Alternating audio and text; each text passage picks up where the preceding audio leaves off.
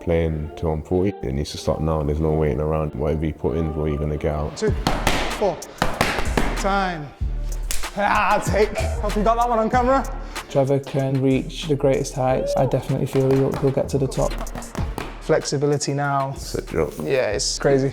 For me, just leaving a legacy of what I've done, not just on the pitch, off the pitch. What did I do as a person, not just as a footballer? My name is Trevoh Chalobah, and this is Days Off on DAZN Football. On that, Naz. Trev, what's happening, my brother? Good. You good? Gone through, bro. Light steps first. 10 seconds on. I started working with Trevoh at the start of 2019 season, and we've been working since. 8 to 10 reps, don't force it. Typical day for me would be recovery. A day like today, got some working in the gym, a bit of cardio work and mobility work upstairs in my Pilates studio with a massage. Good, and just relax, breathe it out, breathe it out, breathe it out, good. Focusing on recovery interventions like massage, ice baths, cryos, see the physios in the club. 4 or 5 on each leg. Take your time, nice and steady. Just hold for a second at the top. There you go. Good. So straight leg back, rotate the hip. Number one thing for me is investing in yourself. Having my own trainer, my own physio, my own chef. For me, I'll say recovery is as important as when you're performing on the pitch. Just make sure my body is right and recovered and ready for the week ahead. Take that, stay as you are. The routine's very, very key. The way you look after your body, whether that's gym, training, and the food, it's important. So yeah, it all comes together. Jab, jab, jab, double jab. The schedule and the fixtures are really intense. At the moment, there's near enough a game every couple of days, so it just gives us an opportunity to stay on top of everything to make sure his performance is at top-notch level. Nice work. Body temperature's up. Yeah. Nice. This gets the heart rate up, and it's more for reactions, I'd say, and a little bit of fun as well. Let's go. Nope. Yeah, I'll take that. Take that as well. 2, 1. Take. Hope you got that one on camera. At first, in 2019, when we worked, there was a few underlying injuries which we had to work on, and we fine-tuned them areas. And yeah, it was a tough period because I was out for almost half of the season. It was a time for me to just reset and think about life, think about how grateful I am. Although I'm injured, I'm still alive, I'm breathing, I'm healthy. Strengthened my faith more and got closer to God. And I needed to go through that. And things like that, you have to go through it in order to come back better. And that's when I started Pilates. Ever since then, I've just been feeling good and strong. So here's the Cadillac reformer. Where you can do a lot of arm stuff, a lot of back things. And then this you call the chair. You can do a lot of ankle mobility on here. Back work.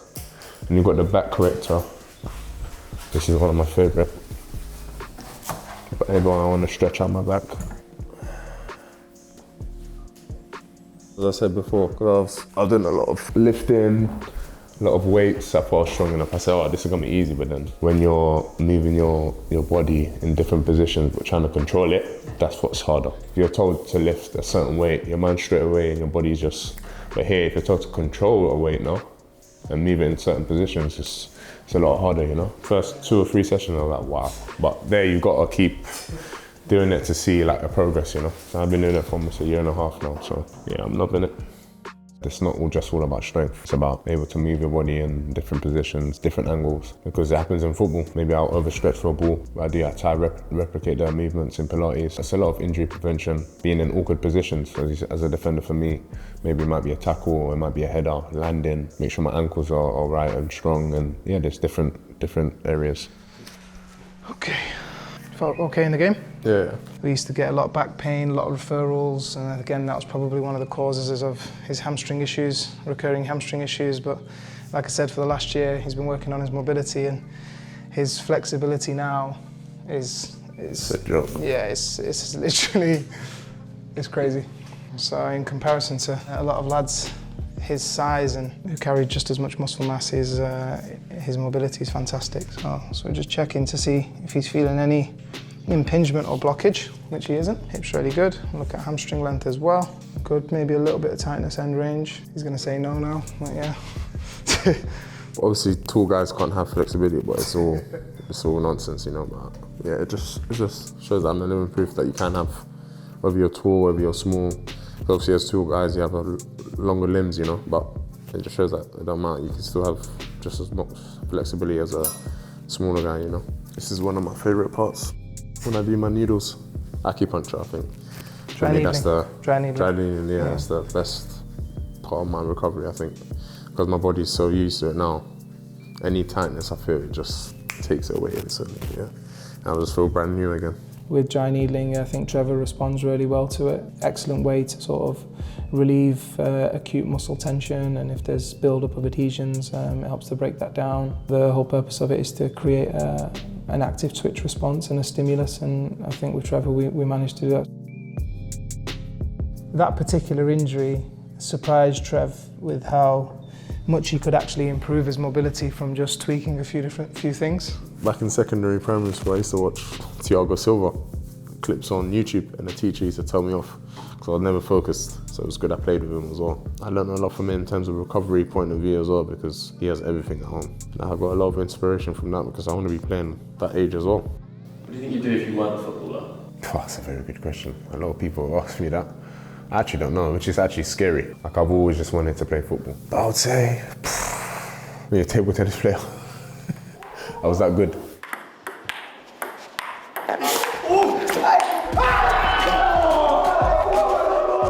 For me, I genuinely feel Trevoh can reach the greatest heights. Greatness is pending. I think that if he continues to, like I said, listen to his body and continues to work on his performance and fine-tunes himself, I definitely feel he'll get to the top and achieve everything that he's destined to achieve. Ooh, big one. Yeah, what we'll cover today is very important, because whatever I want to finish with, I need to start with it. So if I want to finish at a high level and playing till I'm 40, then it needs to start now. There's no waiting around, there's no delaying things, and I think investing in yourself is important. Whatever you put in is what you're going to get out. We're all good, bro? Feel good? Yeah. For me, it's just leaving a legacy of what I've done, not just on the pitch, off the pitch. For me, it's not just being the best player in my position, it's just what do I do as a person, not just as a footballer. And yeah, it's just leaving something out there for them to see, oh yeah, like he wasn't just a great footballer, but a great person also.